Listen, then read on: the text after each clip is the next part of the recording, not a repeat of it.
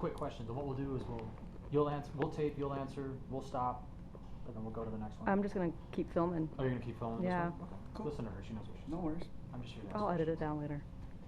Okay, so Carlos, Yeah. what do you recommend as a must-see when your friends and family visit Las Vegas? You know what the must-see is? And it's not because I'm here. Everybody talks about the Cirques.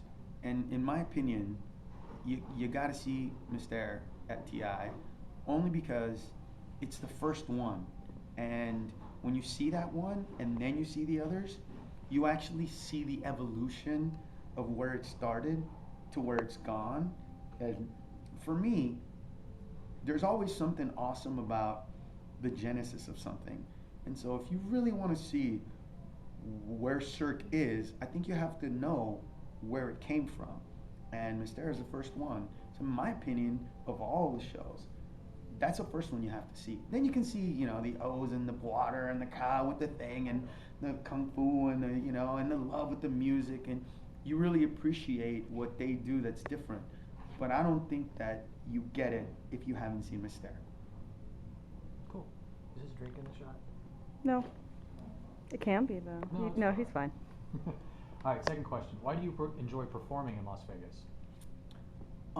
I love performing in Vegas for one reason more than any other. It's like performing for all of America in one place. So instead of having to book a tour where I go to New York, Chicago, Cleveland, Miami, Dallas, LA, San Francisco, I can do one show and there's pretty much a person from every single state. And you kind of get a really great feel for how funny you really are to all of America based on how well you do here. And that's a pretty good feeling to make America laugh in one show. Do you have a pre-show ritual before getting on stage? You know what's funny? Before I get on stage, I have no idea what I'm gonna do. And it's really bizarre because people that don't know me start getting really nervous because I'm talking to them. And sometimes literally backstage behind the curtain. Especially here at TI because the backstage is so huge. And they'll literally be saying, "Are you guys ready for Carlos Mencia?" And I'll be backstage with my friend going, "So you're telling me that you want your kid to go to this school instead of that school?" And they're looking at me like, don't you have to do something before you go on stage? And they're like, "Carlos Mencia." And then I run on stage. I think my ritual, if anything, is to not get so mixed up in what I'm going to do that I allow myself to be spontaneous to that specific audience. And I think that makes the shows much more connected. And what's your favorite thing to do when you're at TI? Honestly, my favorite thing to do is come to the steakhouse. And I'll tell you why. Because the cook knows me, and he comes out and he says, "What do you want? I'll make it for you." And I'm such an a-hole that sometimes I ask for stuff that is really, really hard to cook, and they make it for me anyway.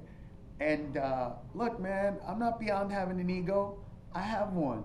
There's something really awesome about being a kid born in Honduras who grew up in East LA, who can come to a nice restaurant on the Strip at Treasure Island and ask for whatever he wants and they cook it for you.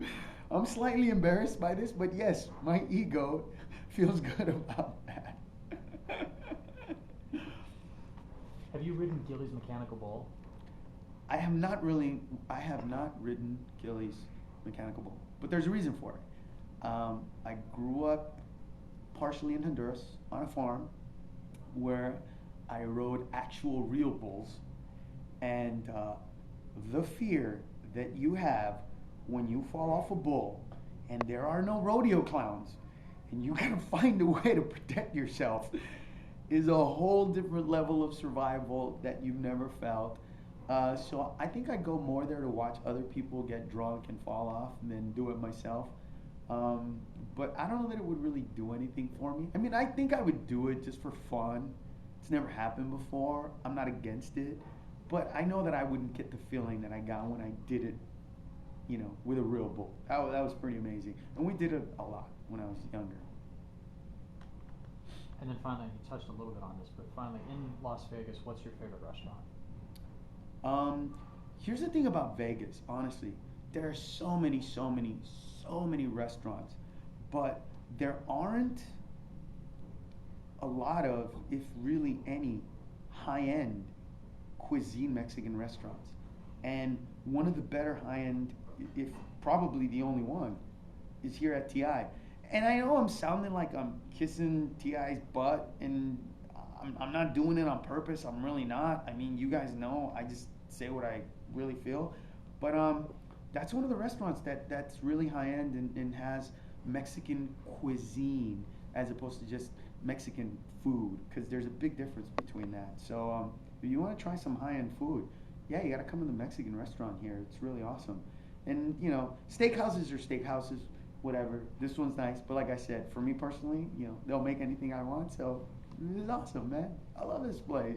Small boutique, and yeah, I get treated special. And you know what? So do you. That's the great thing about coming here. You really feel like you're part of a little bit of a community. And you know, there's something cool about not feeling like you're one of a billion people and anonymous in a hotel on the strip in Vegas. And that's the kind of feel that I get when I'm here, and I feel like that's the kind of feeling that other people get. So come by, check it out. It's nice, especially a Mexican restaurant. It's really, really good. That's it.